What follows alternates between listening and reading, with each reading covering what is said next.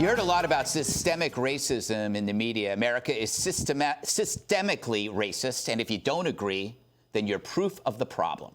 It's an accusation that prevents you from mounting a defense, which leads to actual systemic racism in our education system as it pretends to eradicate hate. One New York City school has asked parents to rank their actual whiteness from white supremacy to white abolitionists.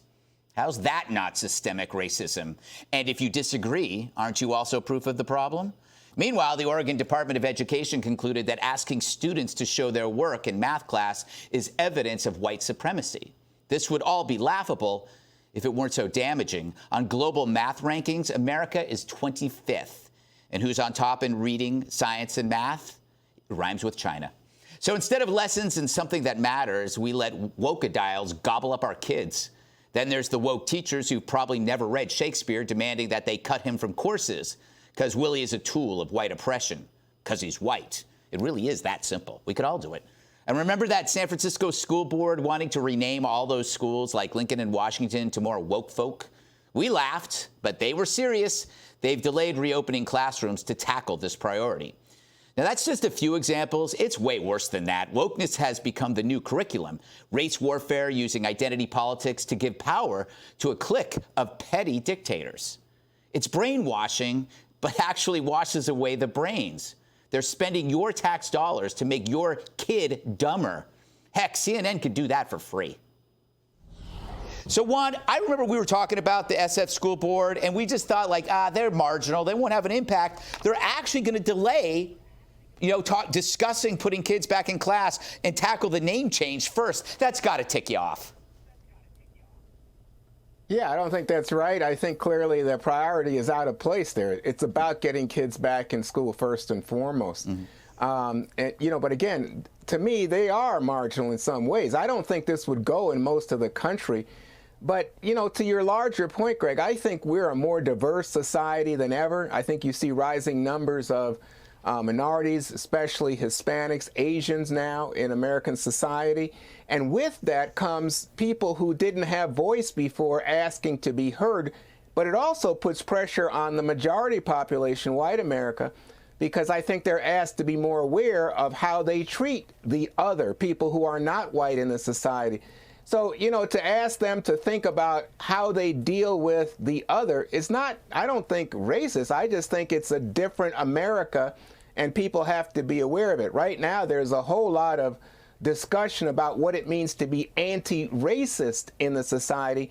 And, in summary, it means being aggressively kind of, looking forward, taking a step in terms of trying to make sure that we all are treated equally. I don't think that's a bad thing at all. Yeah, but I think, I think you might be soft-pedaling this a bit. This is more like an indoctrination, Katie. If you disagree, you're in trouble.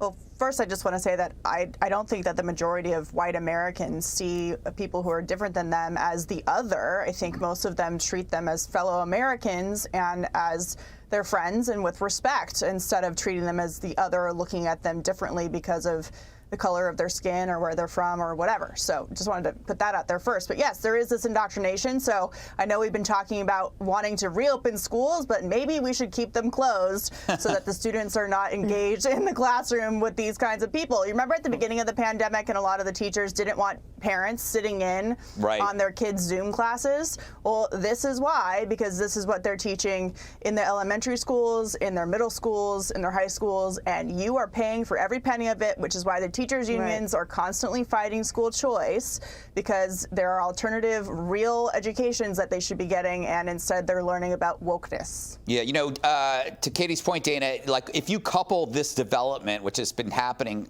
coming out of campuses with the pandemic, this seems like an ideal time for a national rethink on the future of education. What can we do?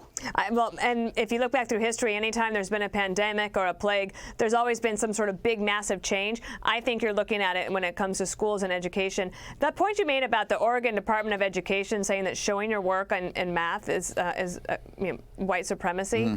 We are making a rod for our own back. These kids are the future of this country. They are not going to be able to compete. And I know that young people might listen to this and think, oh, what a bunch of old fuddy-duddies. They don't really understand. Like, believe us.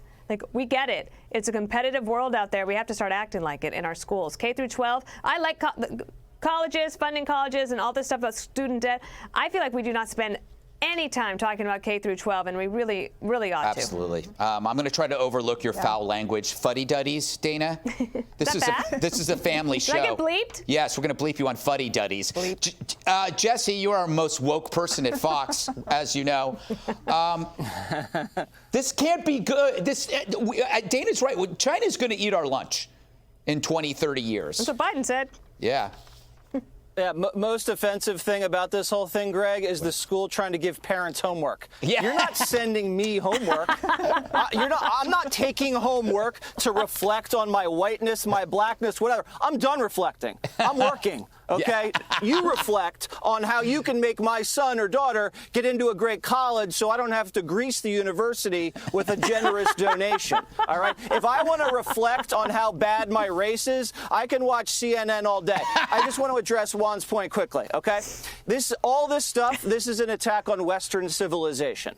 Western civilization has contributed so much to the world, to the American experiment in terms of prosperity, individual rights, and freedom. There's no problem to Western civilization. Black voices, Hispanic voices, great thinkers everywhere. Add it. But we don't need to tear down Western civilization like math and Shakespeare and Abe Lincoln to accomplish creating more diversity. We can just add more voices. That's not threatening to anybody. So I think for the past minute or two, I've heard nothing that Jesse says. So I'm assuming it was all good because this thing just happened.